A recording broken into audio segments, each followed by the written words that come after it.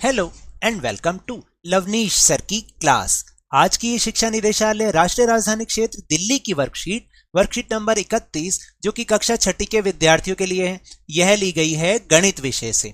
और आज इसमें हम प्रायोगिक ज्यामिति के अंतर्गत त्रिभुज और उसके प्रकारों को जानेंगे। तो चलिए बिना समय गवाए शुरुआत करते हैं मेरे साथ और समझने की कोशिश करते हैं। अब ये तो आपको पता चल ही गया होगा भाई, क्योंकि इससे पहले भी क्लास 5 में भी तो आपने त्रिभुज के बारे में जाना होगा ना। त्रिभुज की आकृति से तो आप परिचित होंगे ही होंगे। तो तीन भुजाओं वाले बहुभुज को त्रिभुज कहते हैं। क्या कहते हैं? त्रिभुज कहते हैं तीन भुजाओं वाले बहुभुज को। जैसे कि ये आकृति क्या है? त्रिभुज आकृति है। यह तीन असंरेख बिंदुओं को जोड़ने से बनता है। असंरेख का मतलब होता है जो एक ही लाइन में ना हो। तो तीन ऐसे बिंदु जो एक ही दिशा में ना हो, उनको जोड़ने से मिलके क्या बनता है? त्रिभुज बनता है। और इन बिंदुओं को त्रिभुज के शीर्ष कहते हैं। जैसे कि ये वाला पॉइंट ए, बी और सी, ये तीनों क्या है? ये त्रिभुज के शीर्ष कहलाते हैं। क्या कहलाते हैं? शीर्ष कहलाते हैं।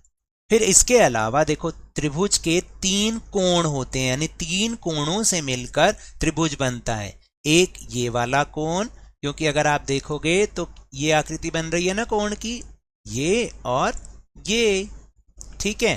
फिर एक ये वाला कोण जो कि किन दो किरणों से मिलकर बना हुआ है? इन दो किरणों से मिलकर बना हुआ है, ठीक है। और एक ये वाला कोण। तो त्रिभुज में तीन कोण होते हैं। कितने कोण होते हैं? तीन कोण होते हैं। और त्रिभुज के सभी कोणों का योग 180 डिग्री होता है। आप इस बात को अच्छी तरह से जान लीजिए। त्रिभुज के तीन कोण होते हैं और तीनों कोणों का योग 180 डिग्री ही होता है, उससे ज्यादा नहीं होता, ठीक है। और त्रिभुज के तीन शीर्ष भी होते हैं, ये भी मैंने आपको बताया। यदि ABC एक त्रिभुज है तो इसे हम पहले तो त्रिभुज का निशान ऐसे बनाओगे कि त्रिभुज ABC के रूप में दर्शाता है। बार बार त्रिभुज लिखने की जरूरत नहीं होती। अब इसके शीर्ष कौन कौन से हो गए? A, B और C, जो मैंने आपको दिखाए थे, A, B और C, है ना। और फिर इसके कोण कौन कौन से हो गए? कोण A, कोण B और कोण C। और ये कोण का निशान है, ये त्रिभुज का निशान और ये कोण का निशान। तो कोण A, कोण B और कोण C, तीन कोण हो गए। और भुजाएं कौन कौन सी हो गई इसकी? भाई तीन भुजाओं से मिलकर बनता है ना, AB, BC और AC। AB, ABC और AC, तीन भुजाएं, तीन कोण, तीन शीर्ष और तीनों कोणों का योग 180 डिग्री। याद रहेगा।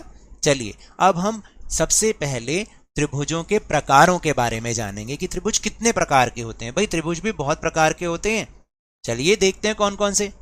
अब देखो, भुजाओं के आधार पर त्रिभुज के प्रकार, यानी भुजाओं के आधार पर तीन प्रकार के त्रिभुज होते हैं। जब हम भुजाओं के तरफ से देखते हैं ना कि भाई भुजाओं के आधार पर कितने त्रिभुज हो सकते हैं, तो तीन हो सकते हैं। एक को हम कहते हैं विषम बाहु त्रिभुज। विषम का मतलब सारी अलग अलग, बाहु का मतलब भुजाएं जो उनकी आर्म्स होती हैं, है ना। बाहु का मतलब भुजाएं होता है। तो विषम बाहु त्रिभुज, एक त्रिभुज जिसकी तीनों भुजाओं की लंबाई अलग अलग माप की हो, विषम बाहु त्रिभुज कहलाता है। यानी ये वाली भुजा, ये वाली भुजा और ये वाली भुजा, ये तीनों ही अलग लंबाई की हो, तो विषम बाहु त्रिभुज। फिर उसके बाद एक को, दूसरे को हम कहते हैं समद्विबाहु त्रिभुज। नाम से समझ में आता है समद्वि, यानी दो भुजाएं एक जैसी हो, यानी जिस त्रिभुज की दो भुजाओं की लंबाई बराबर हो उसे समद्विबाहु त्रिभुज कहते हैं। यानी इसकी और इसकी लंबाई एक जैसी होगी, इसकी अलग हो सकती है, ठीक है। तो उसको हम कहेंगे समद्विबाहु त्रिभुज, यानी तीन में से दो भुजाओं की लंबाई एक जैसी होगी। फिर तीसरा जो प्रकार है वो है समबाहु त्रिभुज। समबाहु नाम से समझ में आता है, समबाहु यानी सारी बाहु मतलब भुजाएं बराबर होंगी। तो वह त्रिभुज जिसकी तीनों भुजाओं की लंबाई बराबर हो समबाहु त्रिभुज कहलाता है। इसकी भी भुजा, जैसे मान लो ये भी 5 सेंटीमीटर, ये भी 5 सेंटीमीटर और ये भी 5 सेंटीमीटर, है ना। ऐसे आपको बता दूं 5 सेंटीमीटर, एग्जाम्पल है ये 5 सेंटीमीटर और 5 सेंटीमीटर, ठीक। तो ये हो गया समबाहु। अगर हम इसको करें, मान लो ये दोनों तो 5 सेंटीमीटर समद्विबाहु में, और इसको हम कह दें कि ये 7 सेंटीमीटर, और इसमें तो सारे अलग होंगे। ये 5 सेंटीमीटर, ये 7 सेंटीमीटर और ये हो सकता है ये 8 सेंटीमीटर हो। तो ये क्या है? विषमबाहु त्रिभुज, समद्विबाहु त्रिभुज और समबाहु त्रिभुज। अब अगला प्रकार, अब जो अगले प्रकार के त्रिभुज हैं वो है कोणों के आधार पर त्रिभुज के प्रकार। यानी कोणों के आधार पर भी हम त्रिभुजों को अलग अलग पार्ट में डिवाइड करते हैं, कैटेगरी में डिवाइड करते हैं। जैसे कि एक को हम कहते हैं न्यून कोण त्रिभुज। न्यून कोण त्रिभुज क्या होता है? जिस त्रिभुज के तीनों कोण न्यून कोण हो, अर्थात 90 डिग्री से कम हो, न्यून कोण त्रिभुज कहलाता है। जैसे कि ये वाला देखो, इसके तीनों कोणों की माप 90 से कम है ना। ये 40 डिग्री का कोण बनेगा, ये 75 डिग्री का और ये 65 डिग्री का। तीनों के तीनों क्या है? 90 डिग्री से कम है। ठीक है, 90 डिग्री से कम है। ठीक, अब ऐसे त्रिभुज को हम क्या कहेंगे? न्यून कोण त्रिभुज कहेंगे। क्या कहेंगे हम? न्यून कोण त्रिभुज।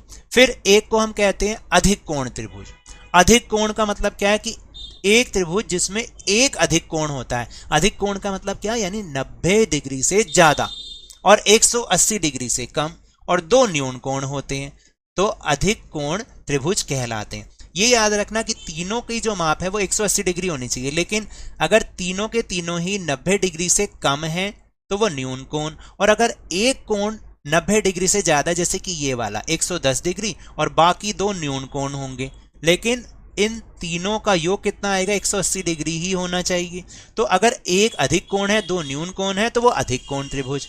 और तीसरा प्रकार है समकोण त्रिभुज। यानी जिस त्रिभुज का एक कोण समकोण होता है। समकोण का मतलब यानी 90 डिग्री का ही होता है, और 90 डिग्री के कोण की हमेशा जो शेप आती है ना, जो आकार आता है, वो एल शेप का आता है। कैसे शेप का?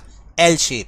तो इसका मतलब वो 90 डिग्री है। एक अगर कोण 90 डिग्री का हो और बाकी दो न्यून कोण होंगे, ठीक है, तो वो क्या कहलाएगा? समकोण त्रिभुज। फिर से बोलो, तीनों के तीनों 90 डिग्री से कम तो न्यून कोण त्रिभुज, एक कोण 90 डिग्री से ज्यादा, बाकी दो कोण 90 डिग्री से कम तो अधिक कोण त्रिभुज, और एक 90 डिग्री का कोण होगा तो समकोण त्रिभुज कहलाएगा। समझ में आ रहा है? अब अभ्यास के प्रश्न। कोणों और भुजाओं की लंबाई के आधार पर त्रिभुज के प्रकार की पहचान कीजिए। अब देखो ये वाला है, जैसे अब इसको मैं आपको अलग पेज पे भी लिख के दिखा देता हूं ताकि आपको वहां से अच्छे से समझ में आएगा। तो देखो, पहला है 30 डिग्री, 97 डिग्री और 53 डिग्री। तीनों के तीनों में से एक कोण कितना है? 90 डिग्री से ज्यादा है। 97 क्या है? वो 90 डिग्री से ज्यादा है। ठीक है, तो ये क्या कहलाएगा? अधिक कोण त्रिभुज। क्या कहलाएगा? अधिक कोण त्रिभुज, क्योंकि एक कोण 90 डिग्री से क्या है? ज्यादा है। ठीक, तो अब दूसरा वाला देखो, 3 सेंटीमीटर, 4 सेंटीमीटर और 7 सेंटीमीटर। तीनों भुजाओं की माप अलग अलग है, तो ये क्या कहलाएगा? ये कहलाएगा विषम बाहु त्रिभुज। ठीक है, और फिर अगला वाला 64 डिग्री, 28 डिग्री, 88 डिग्री। तीनों के तीनों क्या हैं? वो 90 डिग्री से कम है। तीनों के तीनों कम है ना, 90 डिग्री से कम। यहां पे लिख देता हूं 90 डिग्री से कम, तो ये कहलाएगा न्यून कोण त्रिभुज। ठीक, फिर 143 डिग्री, 25 डिग्री, 12 डिग्री। तो 143 क्या है? 143 90 से ज्यादा है, तो ये कहलाएगा अधिक कोण त्रिभुज। अधिक कोण त्रिभुज। ठीक, और फिर ये वाला देखो, तीनों भुजाओं की माप बराबर है, 8 सेंटीमीटर, 8 सेंटीमीटर, 8 सेंटीमीटर। तो ये क्या कहलाएगा? समबाहु त्रिभुज। समबाहु त्रिभुज।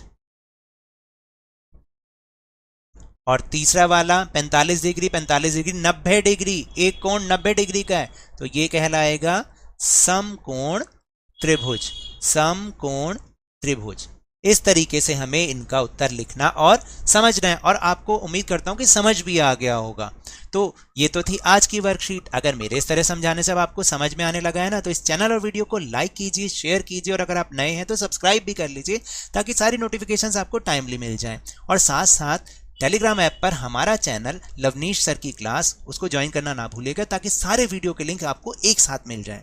लेकिन ये भी याद रखना है, घर से बाहर निकलते समय मास्क अवश्य लगाएं, अपने हाथों को नियमित रूप से साबुन और पानी से धोते रहिए और जब भी आपकी बारी है कोरोना का टीकाकरण जरूर करवाएं, क्योंकि कोरोना को हराना है और जिंदगी को एक बार फिर से सुहाना बनाना है। इसी उम्मीद के साथ बहुत बहुत